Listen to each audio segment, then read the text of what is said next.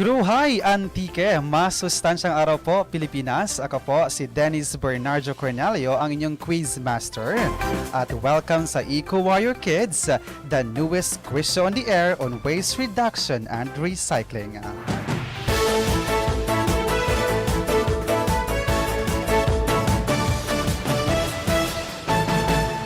This program is brought to you by the Nutri-Eskwela Radio Kaabianan Community Radio Station and Basuraology TV YouTube channel. This quiz show on waste reduction and recycling aims to give importance and awareness on the proper implementation and management of our solid waste, not only to our locality here in Sibalom, but the whole province as well, the entire country, and the whole world in general. This will educate further not only our children but the entire community. Layunin po natin na mabigyang pansin ang suliranin natin sa basura at mapahalagahan ang kalinisan ng ating kapaligiran. Ngunit bagong lahat, kung kayo po ay hindi pa nakapag-subscribe sa ating YouTube channel sa Basuraology TV, ito na po ang tamang pagkakataon upang mag-subscribe at maging bahagi ng ating adhikain tungo sa maayos na pamamahala ng ating mga basura. Tulungan po natin ang ating inang kalikasan. We have already a number of videos na pwede ninyong panoorin sa Basuraology TV YouTube. Antabayanan po niyo lagi ang aming mga bagong videos tuwing linggo, kasama tuwing Miyerkules itong Eco Warrior Kids Quiz Show.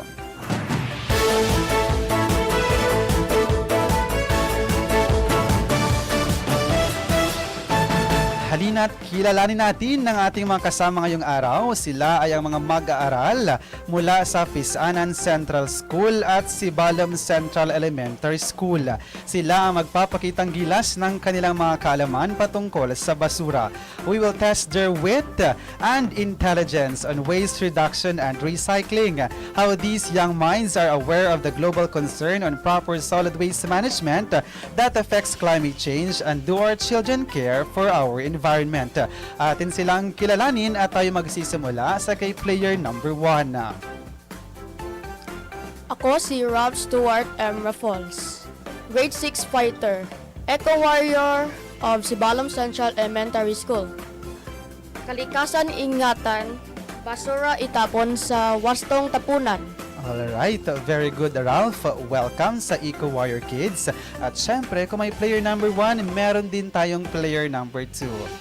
Masustansya nga hapon si Balomnan. Ako gali si Keira Roldan, grade 5 pupil kang Pis-anan Central School.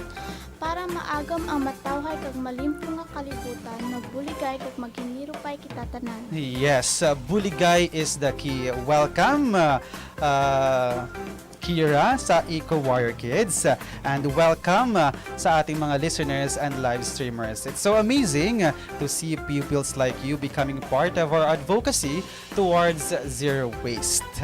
And now that we have met our players, heto naman ang mga mechanics para sa Eco Warrior Kids quiz show on waste reduction and recycling.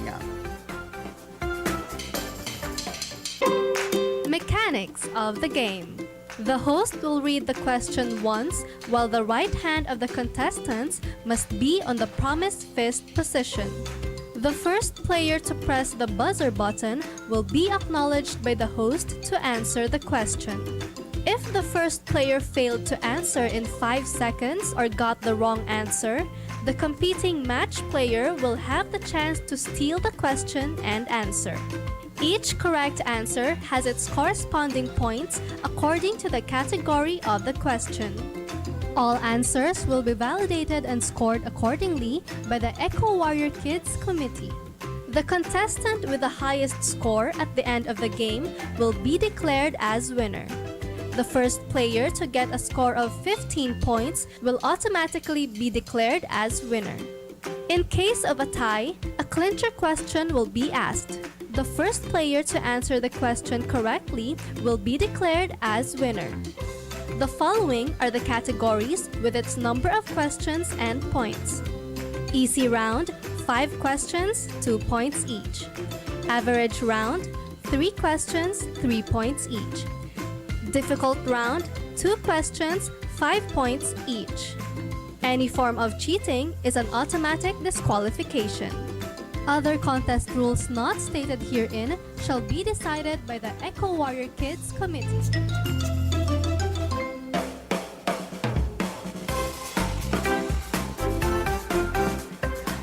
Inyong napakinggan ang mga mechanics ng ating quiz show on the air at alam kong excited ng lahat upang malaman ang mananalo ngayong linggo. But before we proceed, let us first check your buzzers. Let's hear it from player number 1.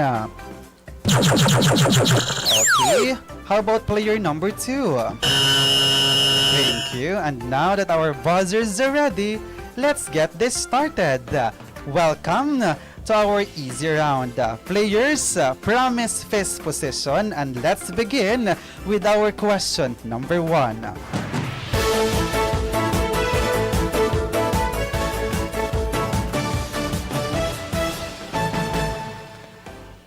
This is what citizens should do to properly dispose garbage in final disposal facilities.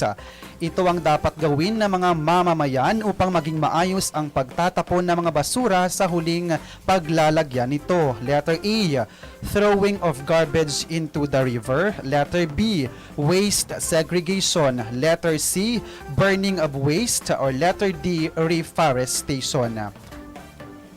For 5 seconds, what is the answer? Yes, Keira. B. Waste segregation. Letter B, waste segregation. Let's check validator. That is right. 2 points. Keira of Pis-anan Central School. Promise fifth position, and let's proceed with our question number 2.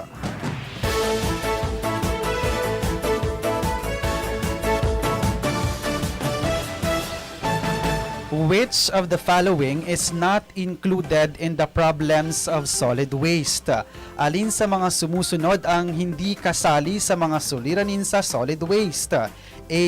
Lack of discipline in proper waste disposal. Letter B. Waste management compliance. Letter C. Establishment of materials recovery facility.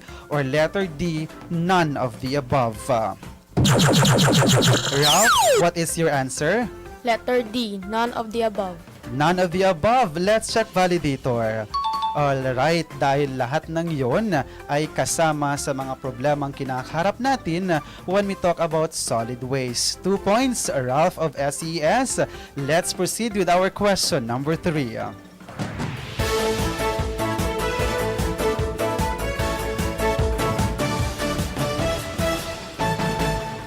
Which of the following is not among the ways that your family could help to reduce the use of plastic?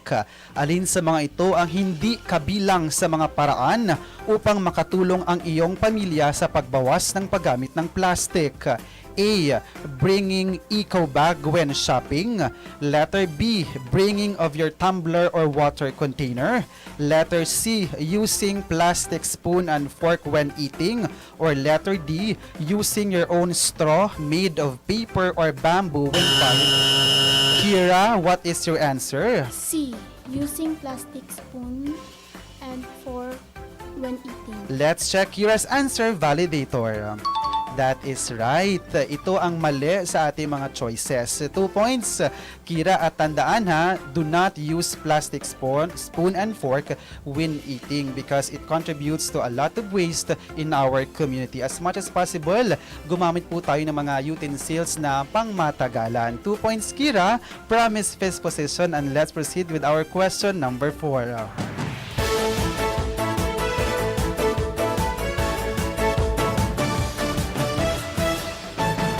Which of the following are ways to create awareness for the people about waste disposal? Alin sa mga sumusunod ang paraan upang magkaroon ng kamalayan sa mga tao tungkol sa pagtatapon ng basura? A. Organize awareness programs. Letter B. Strict laws and penalty.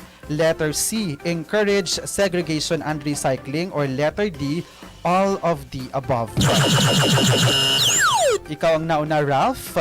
D, all of the above. Lahat nga ba yun ay tama? Let's check validator. That is right, Ralph, which corresponds to your 2 points. Let's proceed with our question number 5.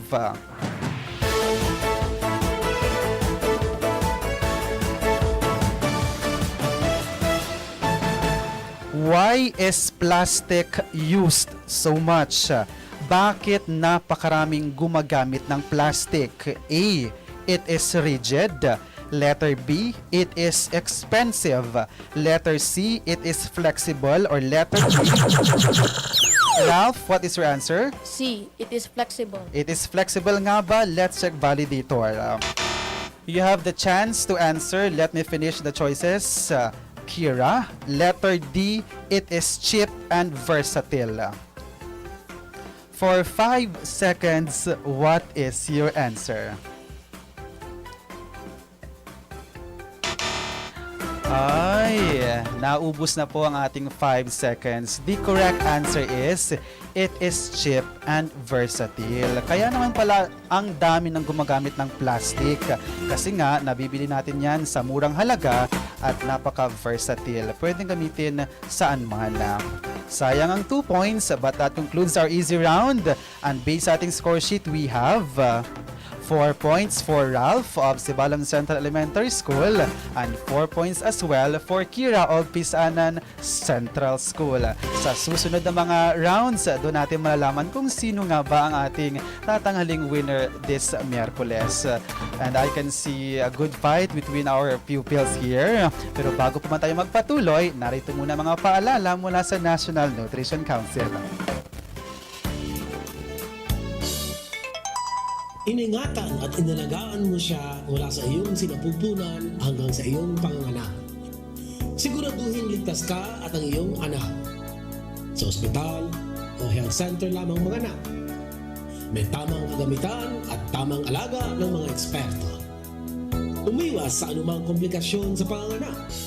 Sa ospital o health center lamang manganak. Todo galing para sa kalusugan. Sundin ang 10 commandments para sa sigla at lakas ng buhay. Commandment number 10. Maging aktibo, iwasan ang alak. Huwag manigarilyo. Hindi biro ang mga pagsubok sa atin sa araw-araw.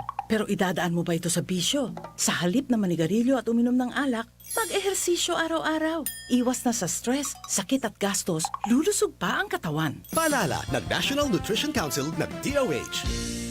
Amo dya ang Nutriskwela Community Radio, Radio Kaabianan, 88.5 FM. Nagawaragwag sa Banwakang Sibalom Antique. Nutriskwela Community Radio, Radio Kaabianan, Abian, ikaw ang number 1. Ako dya si Abian Abog, kang LGU Sibalom.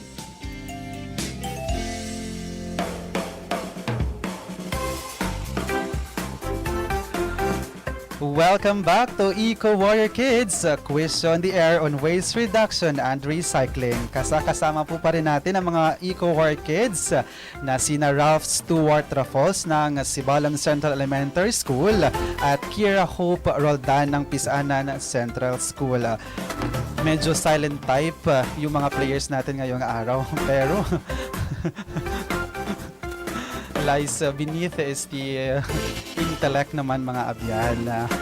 Players, live streamers, radio listeners, and audio streamers, welcome to the average round. Promise fifth position, and let's begin with our question number 1.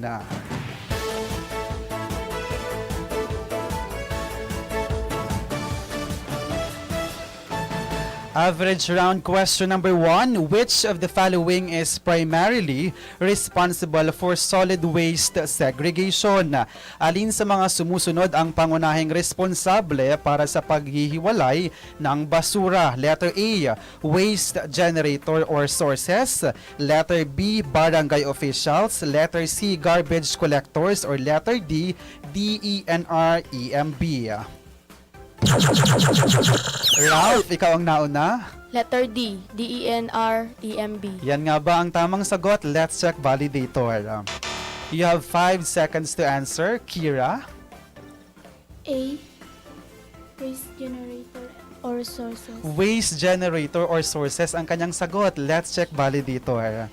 That is correct. Dapat kasi ang mga basura ay nahihiwalay na natin mula pa lamang sa mga pinagmula nito or ang tawag ting waste generator or sources. 3 points, Keira. Promise fifth position, and let's proceed with our question number 2.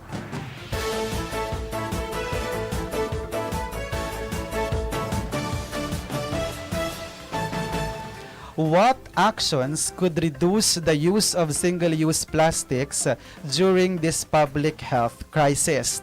Anong mga aksyon ang makakabawas sa paggamit ng mga single-use na plastic sa panahon ng pandemya? Letter A, using gloves and single-use masks. Letter B, using stirrers and plastic bottles for consuming food. Letter C, using plastic containers in taking out food. Or letter D, wear reusable mask.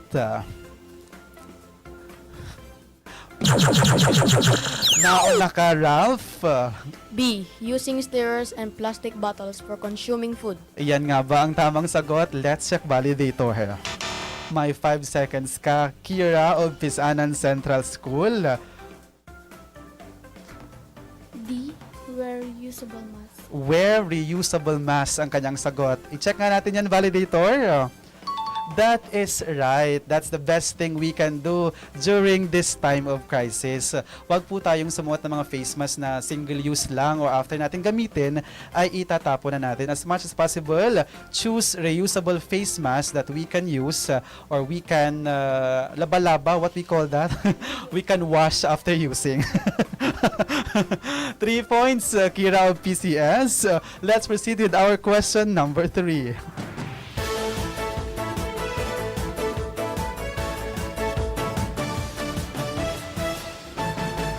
This law prohibits the dumping of waste in rivers or seas.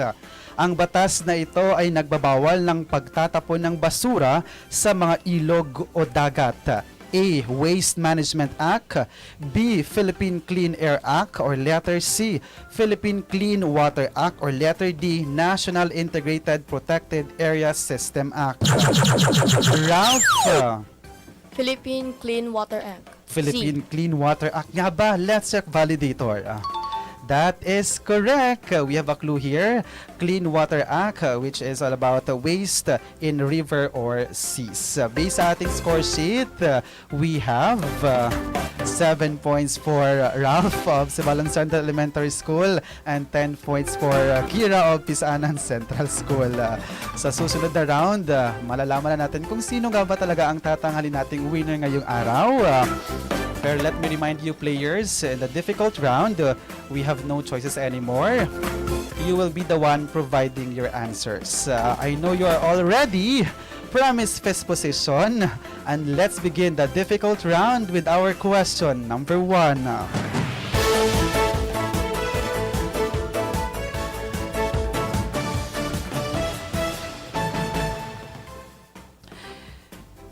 It is a non-biodegradable material that can be reshaped or remolded by applying heat and pressure. Ito ay isang non-biodegradable material na maaring muling ihugis o i-remolde sa pamamagitan ng paglalagay ng init at presyon. For 5 seconds, what is Yes. Metal. Metal ang kanyang sagot. Let's check validator. That is not correct. Yes, Keira. Plastic. Plastic nga ba? For the win, let's check validator. All right. The correct answer is plastic. Ang plastic ay isang polymeric material that has the capability of being molded or shaped usually by the application of heat and pressure. 5 points ang nakuha mo, Keira. Pero let's end this with our question number 2.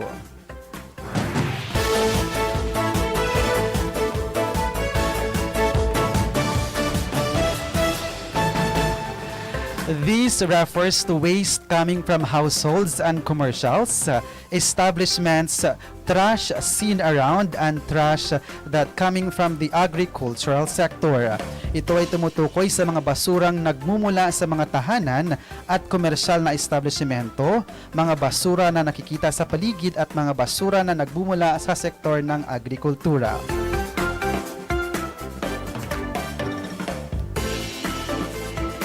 For 5 seconds, what is the answer?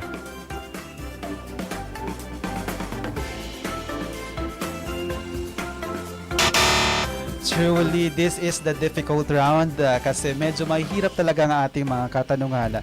The correct answer is solid waste. Solid waste refers to all the discarded household, commercial waste, non-hazardous institutional and industrial waste, street sweepings, construction debris, agricultural waste, and other non-hazardous or non-toxic solid waste. That concludes our difficult round. And based sa ating score sheet, we have 7 points for Ralph of Sibalom Central Elementary School and 15 points for Keira of Pis-anan Central School, which means ikaw ang ating winner ngayong araw, Keira. So, kamusta ang experience? Okay lang. How about Ralph? Kamusta experience? Okay lang. Alright. The next week, expect ako nga mas iba pag yung mga sabat, maluwas sa okay lang. But still, you did a good job. Congratulations, Ralph and Keira.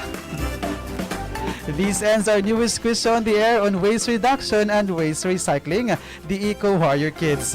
Maraming salamat sa lahat ng bumubuo ng Nutri-Eskwela Radio Kabayanan live streaming team at sa mga coaches at sponsoring schools ng ating mga kalahok ngayong Miyerkules. Muli po tayong magkita-kita sa susunod na Miyerkules dito sa Nutri-Eskwela Radio Kabayanan at sa YouTube channel ng Basuraology TV. Please don't forget to subscribe, comment, and leave a thumbs up. On behalf of Abian Rodel Cordero Isler, I am Denniz Bernardo Cornelio. Laging tandaan, a zero waste living is a healthy living. See you next week, mga Abian!